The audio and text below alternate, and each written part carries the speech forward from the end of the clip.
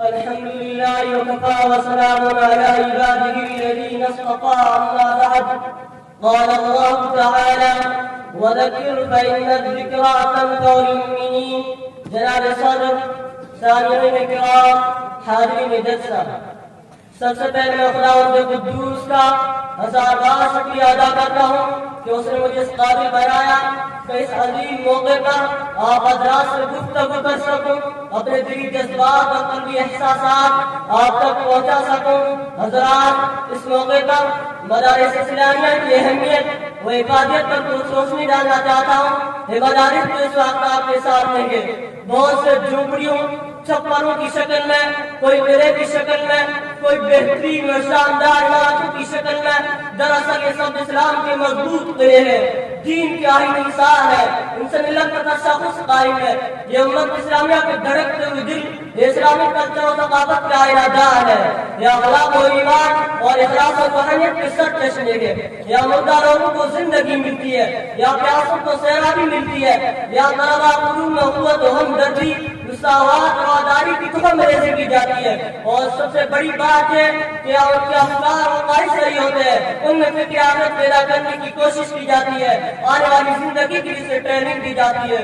دوستو، بہت سے حضرات اس حقیقت سمجھتے ہیں کہ دنیا بہت ترقی کر گئی، اس میں بہت سی چیزوں کی ایجاد ہو گئی، اس کی بھی کوشش ہو رہی ہے کہ سورج، چاند اور سیاروں کو اپنے قبضے میں کر لیا جائے.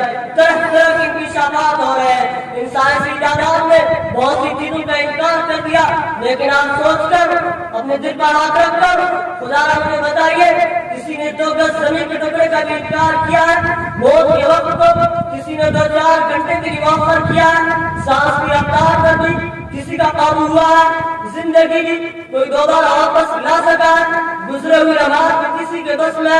ان سب کا جواب آپ یہی دیں گے کہ یقیناً یہ کام آج تک کسی سے نہ ہوا اور نہ قیامت تک ہو سکتا ہے.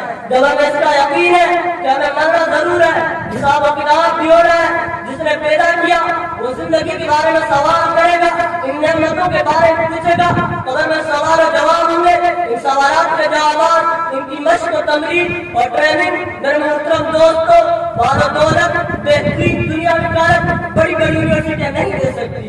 دیوان حکومت اور ماہرین قانون اس کے جواب سے قاصر ہے. یہ جواب اگر مل سکتا ہے انہیں مدارس و مکاتب سے، یہ سبق اگر حاصل ہو سکتا ہے تو انہیں بوری پر پینٹ والا علماء کرام سے، اور سب کی زندگی بہت پیاری ہو سکتی ہے. تو انہیں فرقہ پوشن اور ذکر اللہ مشہور اور حضرات سے صحیح ہے. نہ پوچھ نہ فرقہ پوشن کی ارادت ہو تو دیکھ ان کو، نہ پوچھ نہ فرقہ پوشن کی ارادت ہو تو دیکھ ان کو، ید بیزار یہ بیٹھے گے اپنی آستینوں میں.